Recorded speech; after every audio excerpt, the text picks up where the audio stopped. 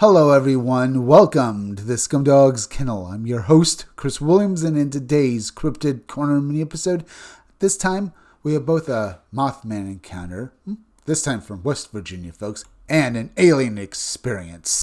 Let's get into the first article. Winged entity with glowing head encountered by family on highway near Huntington, West Virginia. And hear exactly how the Mothman returned to West Virginia, folks. Let's get into this article now.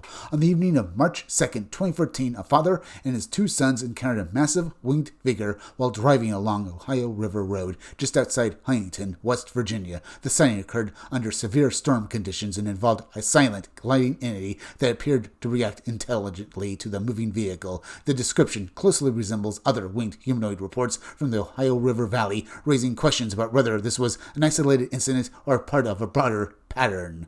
The witness is a divorced father of two boys, ages 15 and 12, who has lived in Huntington since 2009 after relocating from Milwaukee, Wisconsin for work. Both sons were present during the encounter. On March 2nd, 2014, at approximately 8:30 p.m., the three were driving south on Route 2, also known as Ohio River Road, near Cox Landing Road. On their way home after visiting a co-worker as they passed a residential area, the witness noticed something emerge from behind a house on the right side of the road. At first, the object was difficult to identify, but as it moved closer to the roadway, it appeared enormous, initially resembling a huge butterfly. Exterior lighting from the house briefly illuminated the figure, allowing the witness to make out its shape. Concerned about a possible collision, the witness accelerated, but the object circled and flew just ahead of the vehicle on the right. The wings were exceptionally large and broad, extending far beyond the body. The witness noted that the wings did not appear to flap. Instead, the creature seemed to glide smoothly through the air. At this point, both sons noticed the figure and became extremely frightened. The witness continued to accelerate, unwilling to stop the vehicle. After approximately 20 seconds, the entity abruptly shot upward into the air and vanished. The witness emphasized that the area was under severe storm and flash flood warnings. At the time, high winds, hail, and reports of tornadoes were reported in southwestern Kentucky that evening. After returning home, the family discussed what they had seen. The older son stated that the figure resembled a tall, thin man wearing a black, shiny suit. He did not observe legs or feet, but felt the overall shape was humanoid. The younger son did not get a clear visual, but reported an overwhelming sense that something bad was about to happen. The witness's own description aligned closely with that of his older son. He described the body as dark with wings that appeared more than twice the size of the torso. He also noticed a faint orange glow emanating from the head area, but could not distinguish facial features. After later discussing the experience with a friend, the witness learned about regional sightings of winged humanoids often associated with Mothman. While initially skeptical, the witness found that many descriptions closely matched what his family had observed. He contacted the investigator seeking clarification rather than confirmation, expressing a desire to understand what they may have encountered. Indeed, what did they encounter? Was it really the Mothman, folks? It certainly sounds like it. What is truly bizarre about this sighting, folks, is that they said that it looked like it had moth-like wings, which is something you don't really see with Mothman accounts, folks. Usually they're described as basically bird-like or bat-like, but this time they definitely gave an insect-like quality to this account, but also a humanoid one too, because they basically said that it had a humanoid-like form, and they did see a head that was glowing. That could be the glowing eyes of Mothman, but it's different from other Mothman accounts too. Either way, let's move on to the next article, titled Night Highway Alien Encounters and Craft Landing. Hear how these two different instances involve these stiff-bodied alien entities and read exactly what the witnesses experienced. Let's get into this article now. In October 2012, two independent witnesses reported a disturbing series of late-night encounters along major roadways near Erie and Fairview. Both accounts describe structured lights descending from the sky, rigid humanoid figures, and apparent interaction between aerial objects and motorists. When examined together, these reports suggest a localized and sustained episode of anomalous activity that has rarely been discussed publicly, consolidated and rewritten for clarity and continuity. The first witness, whose occupation required frequent overnight travel, reported repeated encounters along interstate routes near the intersections of Route 80 and 322 and Interstate 79 outside Erie, beginning several weeks prior to October 17, 2012. The witness, his girlfriend, and his son observed small humanoid figures crossing the highway between approximately 1 o'clock a.m. and 3 o'clock a.m.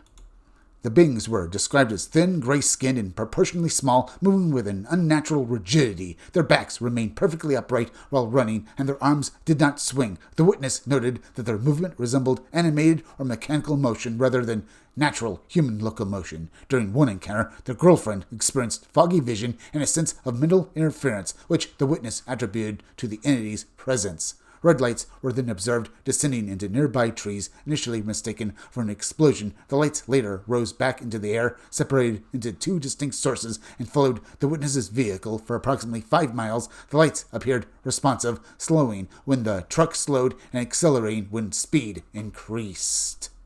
On the nights of October 16th and 17th, additional phenomena occurred. Large green orbs were observed descending rapidly from the sky and moving directly toward the witness's vehicle. One incident caused a tractor-trailer to brake suddenly in the middle of the highway, narrowly avoiding a collision. A separate white light appeared to land only a few feet from the witness's truck alongside the roadside. The witness expressed fear that the objects were either tracking or targeting him, noting that the activity occurred repeatedly in the same limited stretch of roadway. Independently, on October 16, 2012, at approximately 11:15 p.m., a second witness was driving northbound on Route 20 near Fairview when bright green lights were seen descending into wooded land behind a veterinary hospital. After pulling into the parking lot, the witness observed multiple green lights within the woods, along with red and white illumination. While standing outside the vehicle, the witness heard rhythmic chopping and cracking sounds comparable to tree cutting coming from approximately 50 yards ahead. No visible machinery or personnel were present. After roughly 10 minutes, the witness prepared to leave but noticed movement in a nearby parking lot. Two thin, humanoid figures, approximately 5 feet tall, were observed moving toward the woods. Their bodies were extremely slender, their heads peanut-shaped, and their movements rigid. Only their legs moved, while the rest of their bodies remained stiff. Each figure appeared to wear a white sash tied around the waist. As the figures entered the tree line, a whirling sound emerged from the woods. Moments later, 5 massive green lights ascended upwards, hovered briefly, then vanished. The witness estimated that the illuminated structure extended approximately 150 feet. The following day, the witness returned to the area and discovered several small trees cracked near ground level with no obvious disturbance. Concerned about community reaction in a small town, the witness chose not to report the incident publicly and later inquired whether similar reports had surfaced in the region. What did these people see, folks?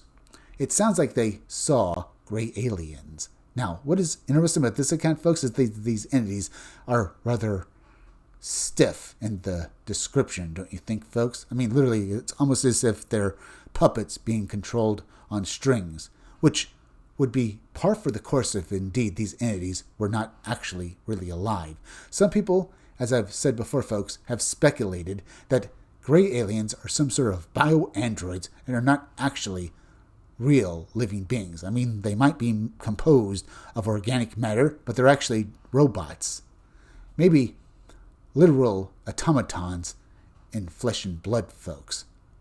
But the fact that they move literally like basically robots, that could be a tell then indeed that they are artificial beings. But why would an organic being actually move like basically a stiff-bodied robotic being? I mean, if it's organic, wouldn't they move more like, well, us or like animals? No, they moved stiff-bodied as if basically they had no real control over their bodies like the way we do, folks. They just do tasks and that's it. Could that be exactly what these entities are? It sounds like it. And what about the first story that we read about with that, well, Mothman-like entity, folks? Literally, it was described as a flying moth man. Why are these entities being seen? Is there any possibility that the Mothman is also an extraterrestrial being like these gray aliens?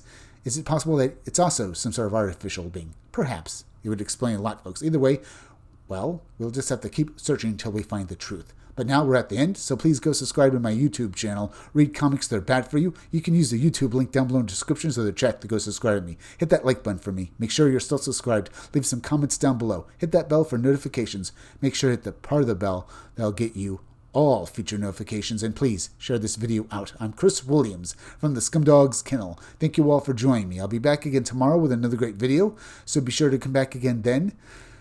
Till next time, folks, I'll see you all again soon.